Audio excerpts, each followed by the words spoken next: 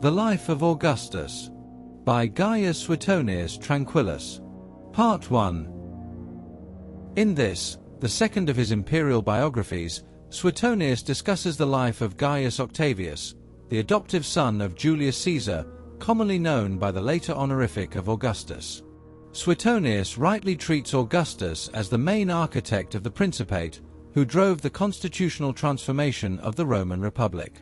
His account traces Octavian's life from his role in the settlement following Caesar's murder, through to the rivalry and settlement with Marcus Antonius and Cleopatra, to the gradual legal and constitutional consolidation of power that established the early imperial order.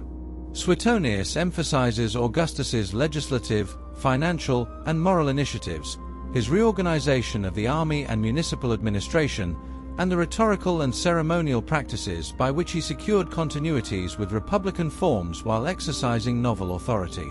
The biography balances description of public institutions and policy measures with attention to Augustus's private habits and cultivated image, treating the princeps as both a political constructor and an exemplar of prudent statesmanship.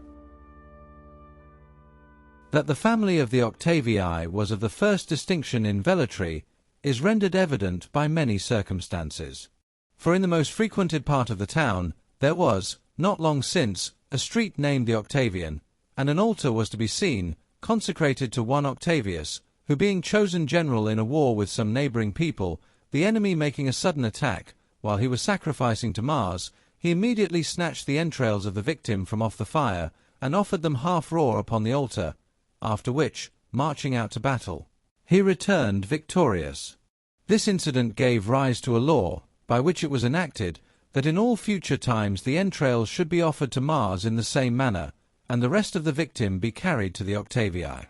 This family, as well as several in Rome, was admitted into the Senate by Tarquinius Priscus, and soon afterwards placed by Servius Tullius among the patricians. But in process of time it transferred itself to the plebeian order, and, after the lapse of a long interval, was restored by Julius Caesar to the rank of patricians.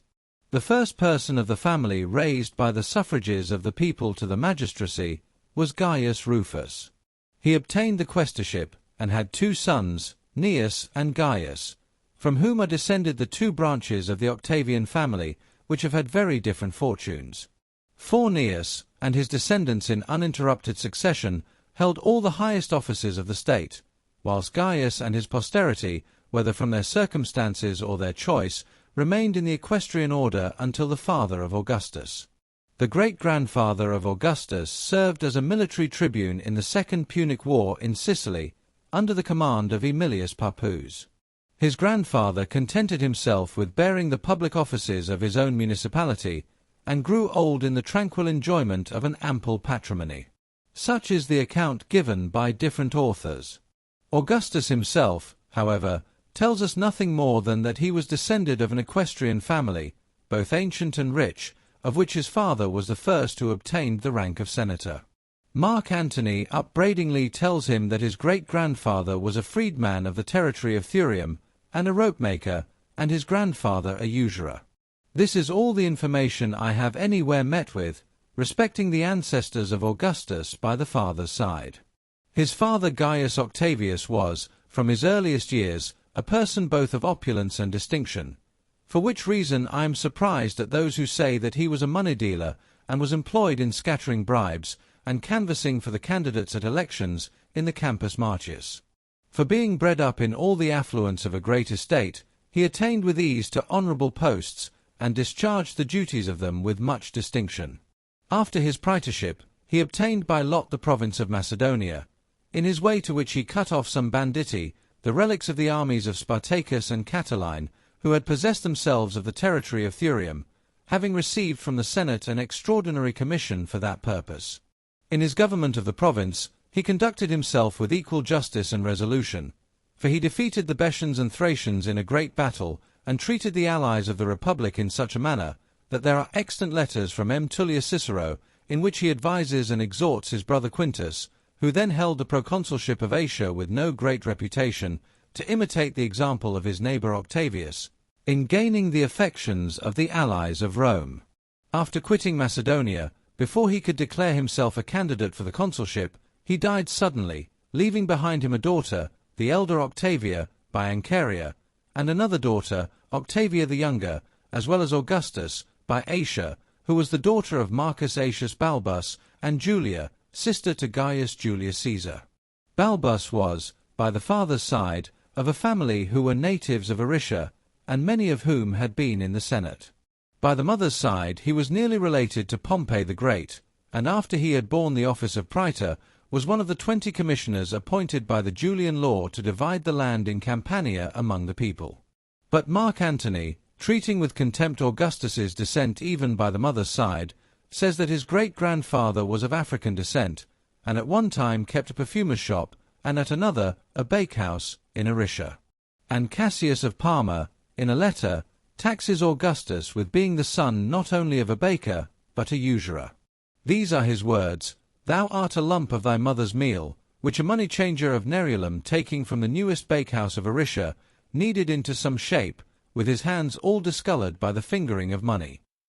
Augustus was born in the consulship of Marcus Tullius Cicero and Gaius Antonius, upon the 9th of the calends of October, the 23rd of September, a little before sunrise, in the quarter of the Palatine Hill, and the street called the Ox Heads, where now stands a chapel dedicated to him, and built a little after his death. For, as it is recorded in the proceedings of the Senate, when Caius Laetorius, a young man of a patrician family, in pleading before the senators for a lighter sentence, upon his being convicted of adultery, alleged, besides his youth and quality, that he was the possessor, and as it were the guardian, of the ground which the divine Augustus first touched upon his coming into the world, and entreated that he might find favour, for the sake of that deity, who was in a peculiar manner his, an act of the Senate was passed, for the consecration of that part of his house in which Augustus was born.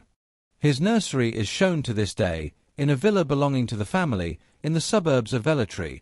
being a very small place, and much like a pantry. An opinion prevails in the neighbourhood, that he was also born there. Into this place no person presumes to enter, unless upon necessity, and with great devotion, from a belief, for a long time prevalent, that such as rashly enter it are seized with great horror and consternation, which a short while since was confirmed by a remarkable incident. For when a new inhabitant of the house had, either by mere chance, or to try the truth of the report, taken up his lodging in that apartment, in the course of the night, a few hours afterwards, he was thrown out by some sudden violence, he knew not how, and was found in a state of stupefaction, with the coverlid of his bed, before the door of the chamber.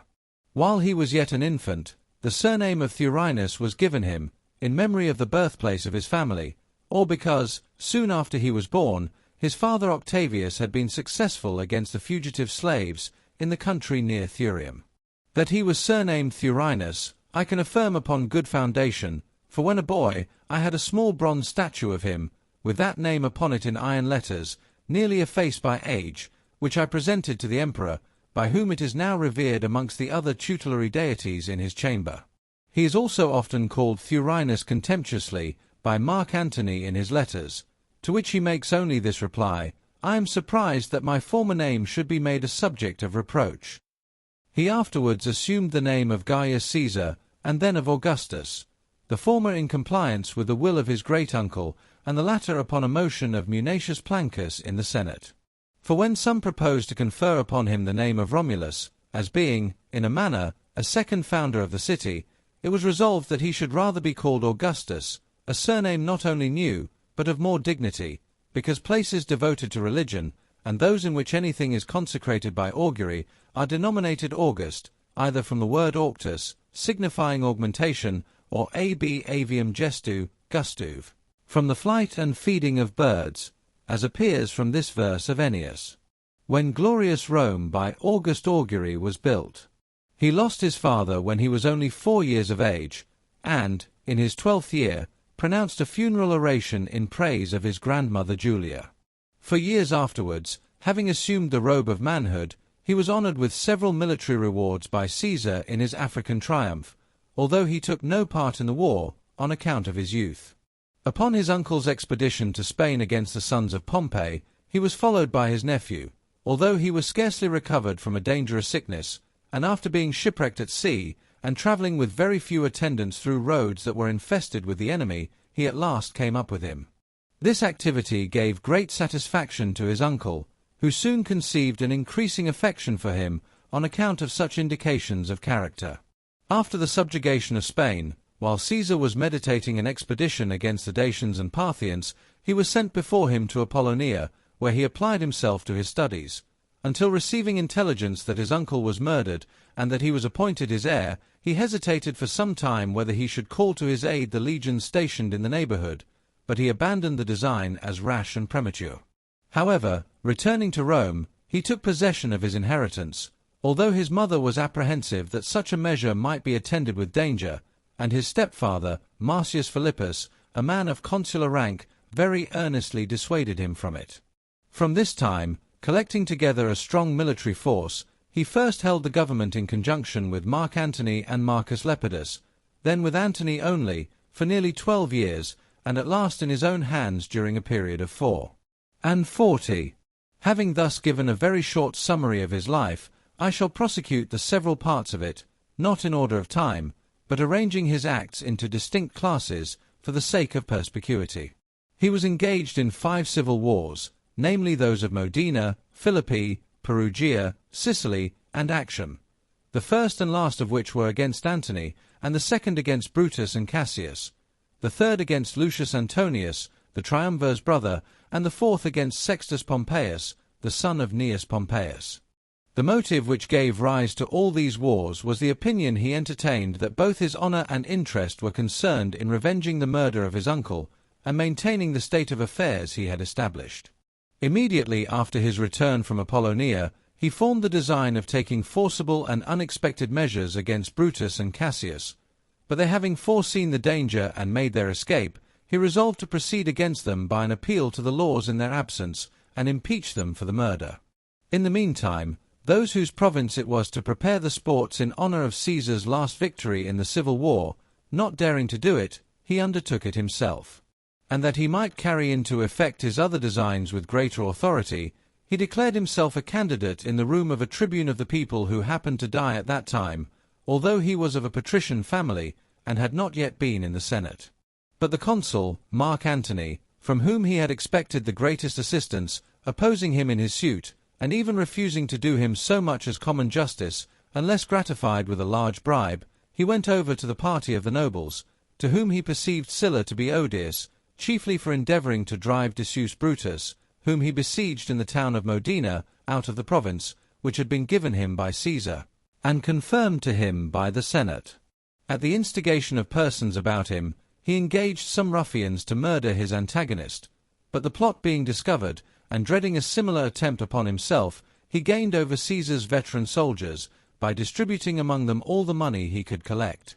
Being now commissioned by the Senate to command the troops he had gathered, with the rank of praetor, and in conjunction with Hirtius and Pansa, who had accepted the consulship, to carry assistance to Decius Brutus, he put an end to the war by 2 battles in 3 months. Antony writes that in the former of these he ran away, and 2 days afterwards made his appearance without his general's cloak and his horse. In the last battle, however, it is certain that he performed the part not only of a general, but a soldier, for, in the heat of the battle, when the standard-bearer of his legion was severely wounded, he took the eagle upon his shoulders, and carried it a long time. In this war, Hirtius being slain in battle, and Pansa dying a short time afterwards of a wound, a report was circulated that they both were killed through his means, in order that, when Antony fled, the Republic having lost its consuls, he might have the victorious armies entirely at his own command. The death of Pansa was so fully believed to have been caused by undue means, that Glyco, his surgeon, was placed in custody, on a suspicion of having poisoned his wound. And to this, Aquilius Niger adds, that he killed Hirtius, the other consul, in the confusion of the battle, with his own hands. But upon intelligence that Antony, after his defeat, had been received by Marcus Lepidus, and that the rest of the generals and armies had all declared for the Senate, he, without any hesitation, deserted from the party of the nobles, alleging as an excuse for his conduct the actions and sayings of several amongst them, for some said he was a mere boy, and others threw out that he ought to be promoted to honors and cut off, to avoid the making any suitable acknowledgment either to him or the veteran legions. And the more to testify his regret for having before attached himself to the other faction, he fined the Nursini in a large sum of money, which they were unable to pay, and then expelled them from the town, for having inscribed upon a monument, erected at the public charge to their countrymen who were slain in the battle of Modena, that they fell in the cause of liberty. Having entered into a confederacy with Antony and Lepidus, he brought the war at Philippi to an end in 2 battles, although he was at that time weak, and suffering from sickness. In the first battle he was driven from his camp, and with some difficulty made his escape to the wing of the army commanded by Antony. And now, intoxicated with success, he sent the head of Brutus to be cast at the foot of Caesar's statue, and treated the most illustrious of the prisoners not only with cruelty, but with abusive language, insomuch that he is said to have answered one of them who humbly entreat that at least he might not remain unburied, that will be in the power of the birds. 2 others, father and son, who begged for their lives, he ordered to cast lots which of them should live, or settle it between themselves by the sword, and was a spectator of both their deaths, for the father offering his life to save his son, and being accordingly executed, the son likewise killed himself upon the spot. On this account, the rest of the prisoners, and amongst them Marcus Favonius, Cato's rival, being led up in fetters, after they had saluted Antony, the general, with much respect, reviled Octavius in the foulest language. After this victory, dividing between them the offices of the state, Mark Antony undertook to restore order in the east, while Caesar conducted the veteran soldiers back to Italy, and settled them in colonies on the lands belonging to the municipalities. But he had the misfortune to please neither the soldiers nor the owners of the lands, one party complaining of the injustice done them in being violently ejected from their possessions, and the other that they were not rewarded according to their merit.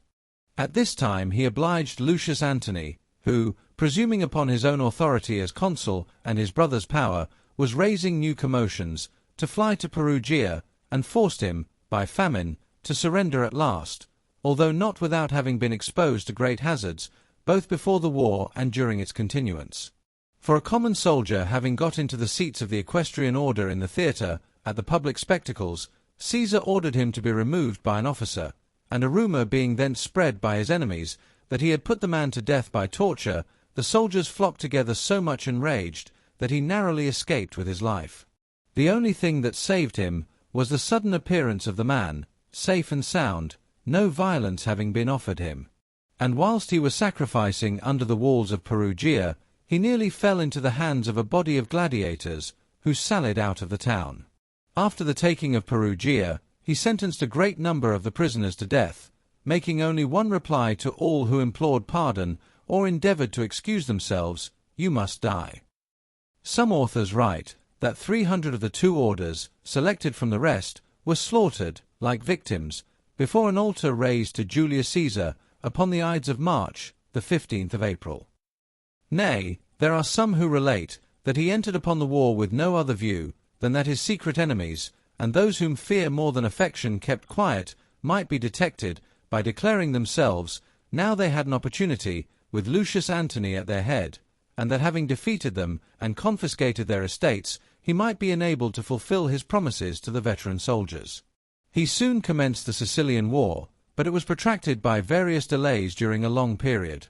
At one time for the purpose of repairing his fleets, which he lost twice by storm, even in the summer; at another, while patching up a peace, to which he was forced by the clamours of the people, in consequence of a famine occasioned by Pompey's cutting off the supply of corn by sea. But at last, having built a new fleet, and obtained 20,000 manumitted slaves, who were given him for the oar, he formed the Julian harbour at Baiae, by letting the sea into the Lucrine and Avernian lakes, and having exercised his forces there during the whole winter, he defeated Pompey betwixt Mylae and Nolochus, although just as the engagement commenced, he suddenly fell into such a profound sleep, that his friends were obliged to wake him to give the signal. This, I suppose, gave occasion for Antony's reproach: "You were not able to take a clear view of the fleet, when drawn up in line of battle, but lay stupidly upon your back, gazing at the sky. Nor did you get up and let your men see you, until Marcus Agrippa had forced the enemy's ships to sheer off." Others imputed to him both a saying and an action which were indefensible, for, upon the loss of his fleets by storm, he is reported to have said, "I will conquer in spite of Neptune," and at the next Ascension Games he would not suffer the statue of that god to be carried in procession as usual. Indeed, he scarcely ever ran more or greater risks in any of his wars than in this. Having transported part of his army to Sicily, and being on his return for the rest, he was unexpectedly attacked by Demochares and Apollophanes, Pompey's admirals, from whom he escaped with great difficulty and with one ship only. Likewise, as he was travelling on foot through the Locrian territory to Rhegium, seeing 2 of Pompey's vessels passing by that coast, and supposing them to be his own, he went down to the shore, and was very nearly taken prisoner. On this occasion, as he was making his escape by some byways, a slave belonging to Aemilius Paulus, who accompanied him, owing him a grudge for the proscription of Paulus, the father of Aemilius, and thinking he had now an opportunity of revenging it, attempted to assassinate him. After the defeat of Pompey, one of his colleagues, Marcus Lepidus, whom he had summoned to his aid from Africa, affecting great superiority, because he was at the head of 20 legions, and claiming for himself the principal management of affairs in a threatening manner, he divested him of his command, but, upon his humble submission, granted him his life, but banished him for life to Circeii. The alliance between him and Antony, which had always been precarious, often interrupted, and ill-cemented by repeated reconciliations, he at last entirely dissolved. And to make it known to the world how far Antony had degenerated from patriotic feelings, he caused a will of his, which had been left at Rome, and in which he had nominated Cleopatra's children, amongst others, as his heirs, to be opened and read in an assembly of the people. Yet upon his being declared an enemy, he sent to him all his relations and friends, among whom were Gaius Sosius and Titus Domitius, at that time consuls. He likewise spoke favourably in public of the people of Bologna, for joining in the association with the rest of Italy to support his cause, because they had, in former times, been under the protection of the family of the Antonii. And not long afterwards he defeated him in a naval engagement near Actium, which was prolonged to so late an hour, that, after the victory, he was obliged to sleep on board his ship.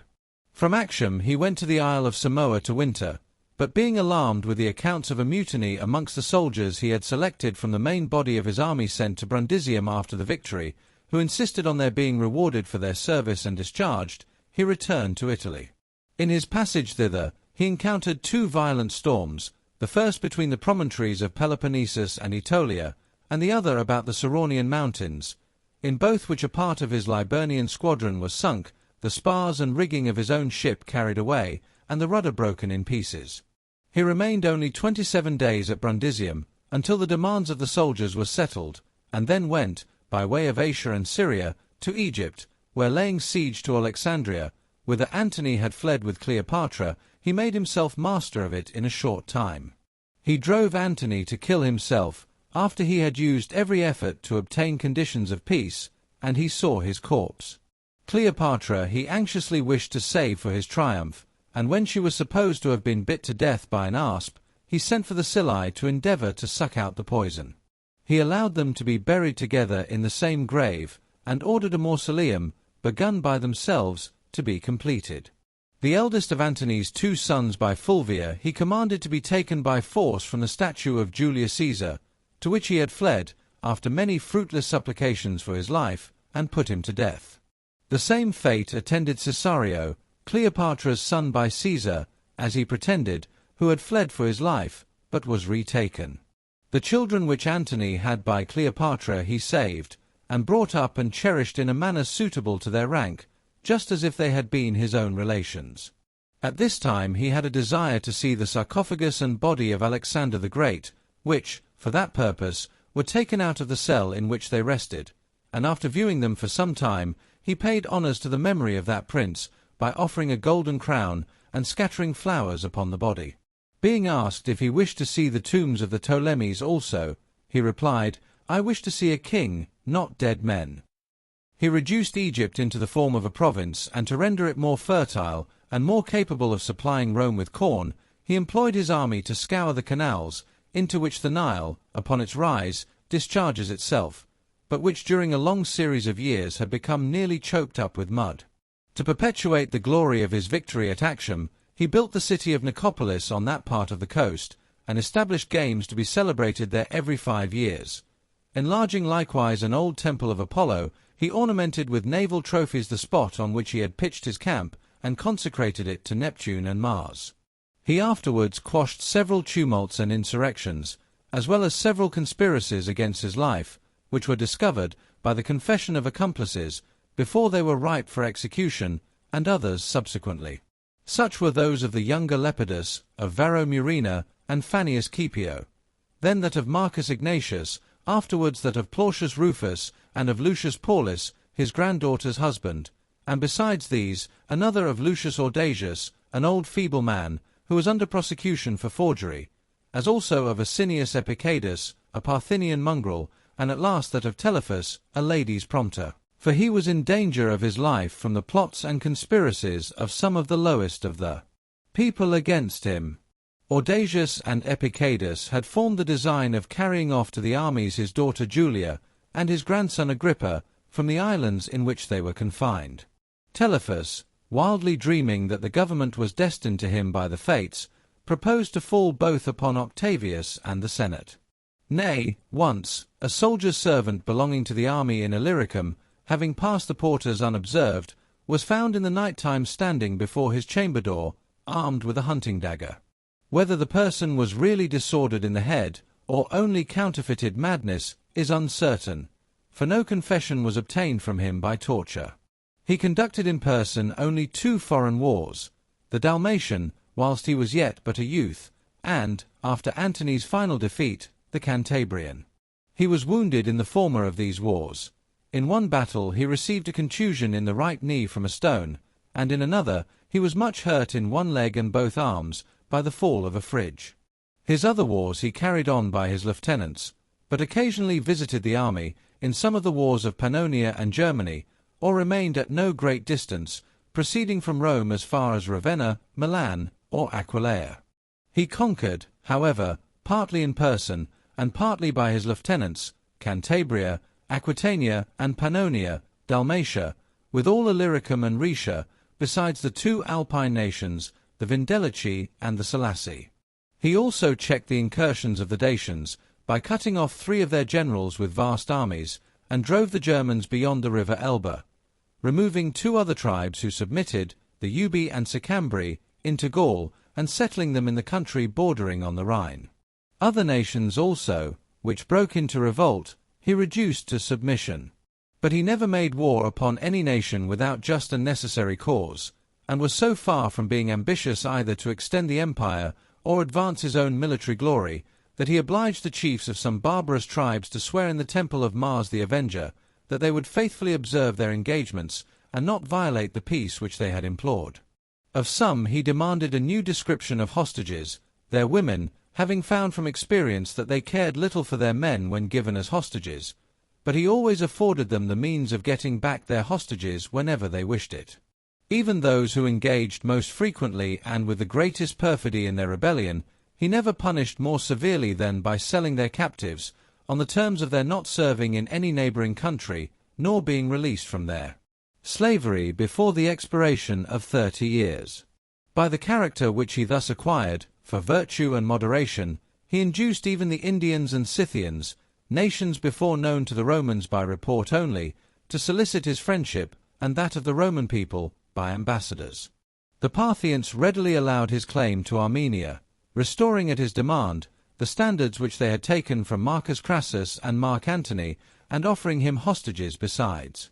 Afterwards, when a contest arose between several pretenders to the crown of that kingdom, they refused to acknowledge any one who was not chosen by him. The temple of Janus Quirinus, which had been shut twice only, from the era of the building of the city to his own time, he closed thrice in a much shorter period, having established universal peace both by sea and land. He twice entered the city with the honours of an ovation, namely, after the war of Philippi, and again after that of Sicily. He had also 3 curule triumphs for his several victories in Dalmatia, at Actium, and Alexandria, each of which lasted 3 days. In all his wars, he never received any signal or ignominious defeat, except twice in Germany, under his lieutenants Lollius and Varus. The former indeed had in it more of dishonour than disaster, but that of Varus threatened the security of the empire itself. 3 legions, with the commander, his lieutenants, and all the auxiliaries, being cut off. Upon receiving intelligence of this disaster, he gave orders for keeping a strict watch over the city, to prevent any public disturbance, and prolong the appointments of the prefects in the provinces, that the allies might be kept in order by experience of persons to whom they were used. He made a vow to celebrate the great games in honor of Jupiter, Optimus, Maximus, if he would be pleased to restore the state to more prosperous circumstances.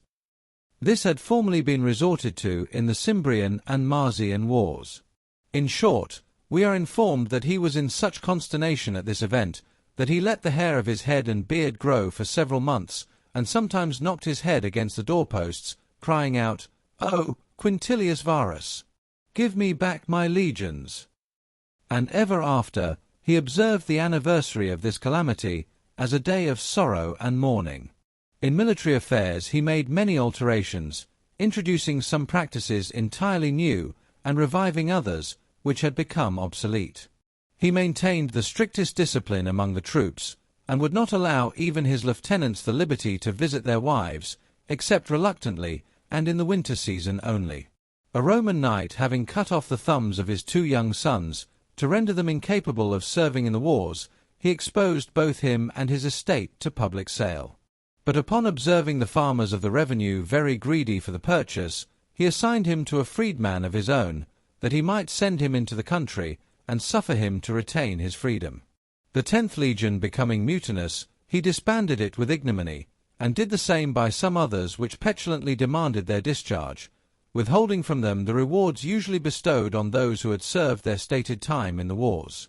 The cohorts which yielded their ground in time of action, he decimated and fed with barley. Centurions, as well as common sentinels, who deserted their posts when on guard, he punished with death. For other misdemeanors he inflicted upon them various kinds of disgrace, such as obliging them to stand all day before the praetorium, sometimes in their tunics only, and without their belts, sometimes to carry poles 10 feet long, or sods of turf.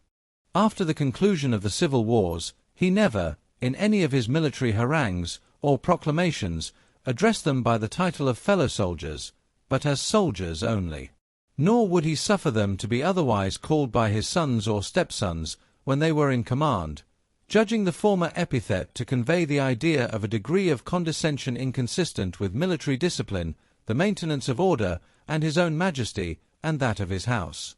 Unless at Rome, in case of incendiary fires, or under the apprehension of public disturbances during a scarcity of provisions, he never employed in his army slaves who had been made freedmen, except upon 2 occasions. On one, for the security of the colonies bordering upon Illyricum, and on the other, to guard the banks of the river Rhine.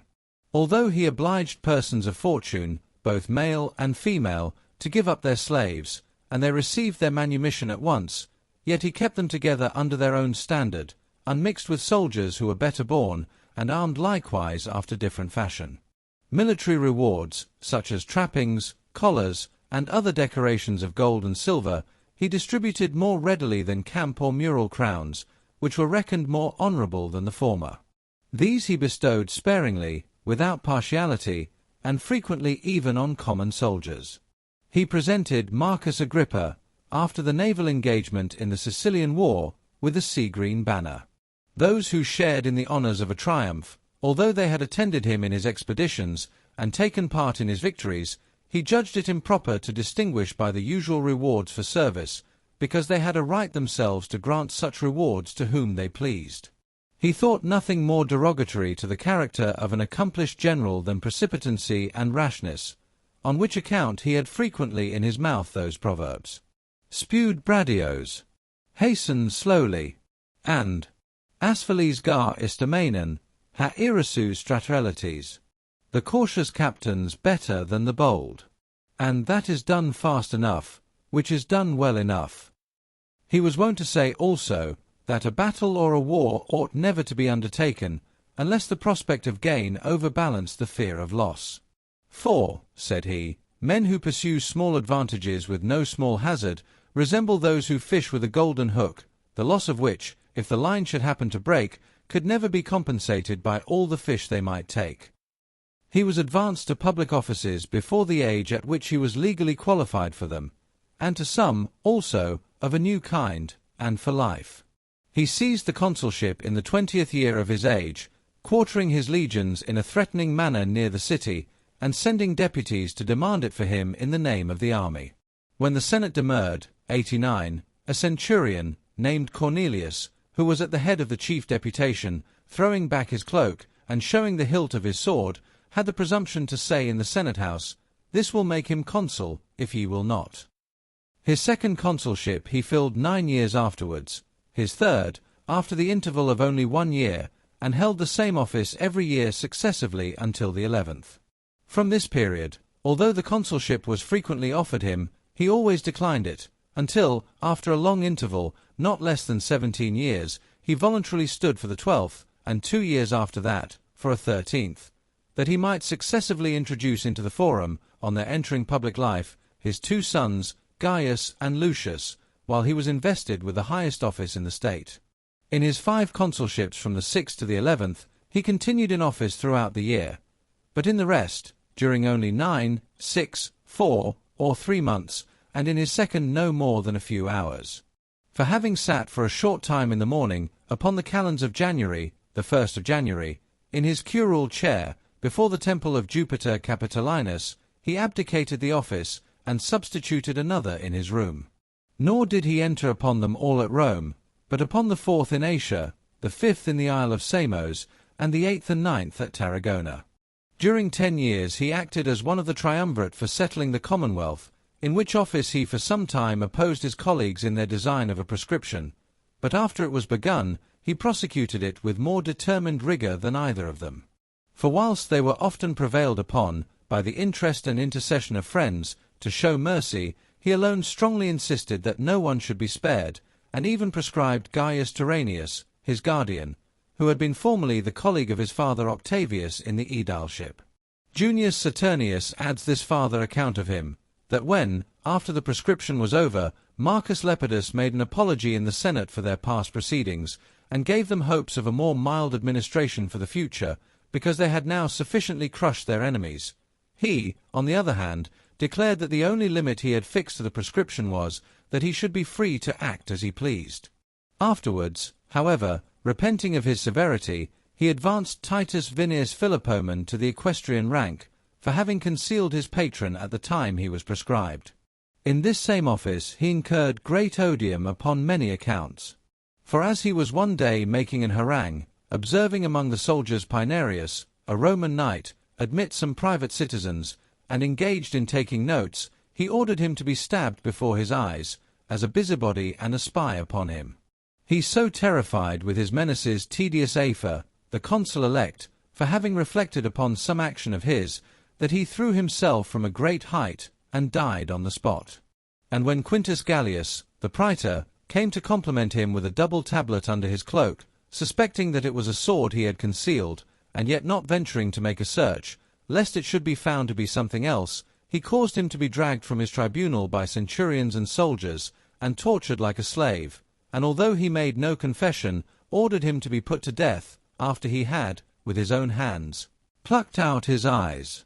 His own account of the matter, however, is, that Quintus Gallius sought a private conference with him, for the purpose of assassinating him, that he therefore put him in prison, but afterwards released him, and banished him the city, when he perished either in a storm at sea, or by falling into the hands of robbers. He accepted of the tribunician power for life, but more than once chose a colleague in that office for 2 lustra successively. He also had the supervision of morality and observance of the laws, for life, but without the title of censor. Yet he thrice took a census of the people, the first and third time with a colleague, but the second by himself. He twice entertained thoughts of restoring the Republic. First, immediately after he had crushed Antony, remembering that he had often charged him with being the obstacle to its restoration. The second time was in consequence of a long illness, when he sent for the magistrates and the Senate to his own house, and delivered them a particular account of the state of the empire. But reflecting at the same time that it would be both hazardous to himself to return to the condition of a private person, and might be dangerous to the public to have the government placed again under the control of the people, he resolved to keep it in his own hands, whether with a better event or intention, is hard to say. His good intentions he often affirmed in private discourse, and also published an edict, in which it was declared in the following terms: "May it be permitted me to have the happiness of establishing the Commonwealth on a safe and sound basis, and thus enjoy the reward of which I am ambitious, that of being celebrated for moulding it into the form best adapted to present circumstances, so that, on my leaving the world, I may carry with me the hope that the foundations which I have laid for its future government will stand firm and stable." The city, which was not built in a manner suitable to the grandeur of the empire, and was liable to inundations of the Tiber, as well as to fires, was so much improved under his administration, that he boasted, not without reason, that he found it of brick, but left it of marble. He also rendered it secure for the time to come against such disasters, as far as could be effected by human foresight. A great number of public buildings were erected by him, the most considerable of which were a forum, containing the temple of Mars the Avenger, the temple of Apollo on the Palatine Hill, and the temple of Jupiter Tonans in the Capitol. The reason of his building a new forum was the vast increase in the population, and the number of causes to be tried in the courts, for which, the two already existing not affording sufficient space, it was thought necessary to have a third. It was therefore opened for public use before the temple of Mars was completely finished, and a law was passed that causes should be tried, and judges chosen by lot, in that place. The temple of Mars was built in fulfillment of a vow made during the War of Philippi, undertaken by him to avenge his father's murder. He ordained that the Senate should always assemble there when they met to deliberate respecting wars and triumphs, that thence should be dispatched all those who were sent into the provinces in the command of armies, and that in it those who returned victorious from the wars should lodge the trophies of their triumphs. He erected the temple of Apollo in that part of his house on the Palatine Hill which had been struck with lightning, and which, on that account, the soothsayers declared the god to have chosen. He added porticos to it, with a library of Latin and Greek authors, and when advanced in years, used frequently there to hold the Senate and examine the rolls of the judges. He dedicated the temple to Apollo Tonans, in acknowledgment of his escape from a great danger in his Cantabrian expedition,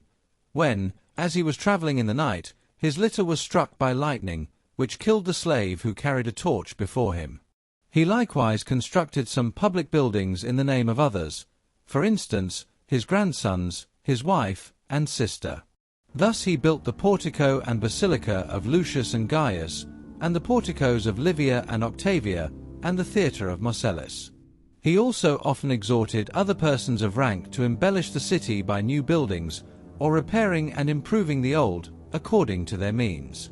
In consequence of this recommendation, many were raised, such as the Temple of Hercules and the Muses, by Marcius Philippus, a Temple of Diana by Lucius Cornificius, the Court of Freedom by Asinius Pollio, a Temple of Saturn by Munatius Plancus, a theatre by Cornelius Balbus, an amphitheatre by Statilius Taurus, and several other noble edifices by Marcus Agrippa. He divided the city into regions and districts, ordaining that the annual magistrates should take by lot the charge of the former, and that the latter should be superintended by wardens chosen out of the people of each neighborhood. He appointed a nightly watch to be on their guard against accidents from fire, and, to prevent the frequent inundations, he widened and cleansed the bed of the Tiber, which had in the course of years been almost dammed up with rubbish, and the channel narrowed by the ruins of houses. To render the approaches to the city more commodious, he took upon himself the charge of repairing the Flaminian Way as far as Ariminum, and distributed the repairs of the other roads amongst several persons who had obtained the honor of a triumph, to be defrayed out of the money arising from the spoils of war. Temples decayed by time, or destroyed by fire, he either repaired or rebuilt, and enriched them, as well as many others, with splendid offerings. On a single occasion, he deposited in the cell of the temple of Jupiter Capitolinus 16,000 pounds of gold, with jewels and pearls to the amount of 50 millions of sesterces. The office of Pontifex Maximus, of which he could not decently deprive Lepidus as long as he lived, he assumed as soon as he was dead. He then caused all prophetical books, both in Latin and Greek, the authors of which were either unknown or of no great authority, to be brought in, and the whole collection, amounting to upwards of 2,000 volumes, he committed to the flames, preserving only the Sibylline oracles. but not even those without a strict examination to ascertain which were genuine. This being done, he deposited them in 2 gilt coffers under the pedestal of the statue of the Palatine Apollo. He restored the calendar, which had been corrected by Julius Caesar, but through negligence was again fallen into confusion, to its former regularity, and upon that occasion called the month Sextilis by his own name, August, rather than September, in which he was born, because in it he had obtained his first consulship and all his most considerable victories. He increased the number, dignity, and revenues of the priests, and especially those of the Vestal Virgins. And when, upon the death of one of them, a new one was to be taken, and many persons made interest that their daughters' names might be omitted in the lists for election, he replied with an oath, "If either of my own granddaughters were old enough, I would have proposed her." He likewise revived some old religious customs, which had become obsolete, as the augury of public health, the office of High Priest of Jupiter, the religious solemnity of the Lupercalia, with the secular and Compitalian games. He prohibited young boys from running in the Lupercalia, and in respect of the secular games, issued an order that no young persons of either sex should appear at any public diversions in the night time, unless in the company of some elderly relation. He ordered the household gods to be decked twice a year with spring and summer flowers in the Compitalian festival. Next to the immortal gods, he paid the highest honors to the memory of those generals who had raised the Roman state from its low origin to the highest pitch of grandeur. He accordingly repaired or rebuilt the public edifices erected by them, preserving the former inscriptions and placing statues of them all, with triumphal emblems, in both the porticos of his forum, issuing an edict on the occasion, in which he made the following declaration: "My design in so doing is, that the Roman people may require from me, and all succeeding princes, a conformity to those illustrious examples." He likewise removed the statue of Pompey from the Senate House, in which